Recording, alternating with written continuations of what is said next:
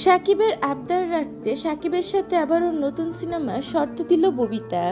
কিংবদন্তি অভিনেত্রীর ববিতার সঙ্গে প্রায় অর্ধ ডজন সিনেমায় অভিনয় করেছেন অভিনেতা শাকিব খান।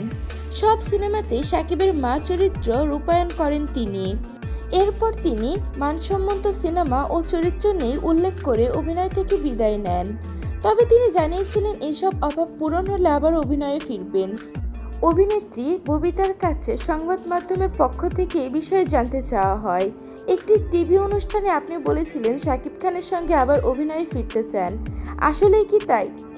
ববিতা বলেন, অবশ্যই আমি শাকিব খানের সঙ্গে আবার অভিনয় করতে চাই, কারণ ওর মতো একজন দক্ষ সিনিয়র অভিনেতার সঙ্গে অভিনয় করতে আমি সবসময় স্বাচ্ছন্দ্য বোধ করি। আর আমাদের সাথে অভিনয় করবে ঢালিউড কুইন অপু বিশ্বাস, সাথে সুপারস্টার শাকিব খান এবং তাদের সাথে থাকবো আমি। সিনেমাটি সুপার ডুপার হিট হতে চলেছে। প্রিয় ভিউয়ার্স, এ বিষয়ে আপনার কি মন্তব্য তা জানিয়ে দেবেন আমাদের কমেন্ট বক্সে।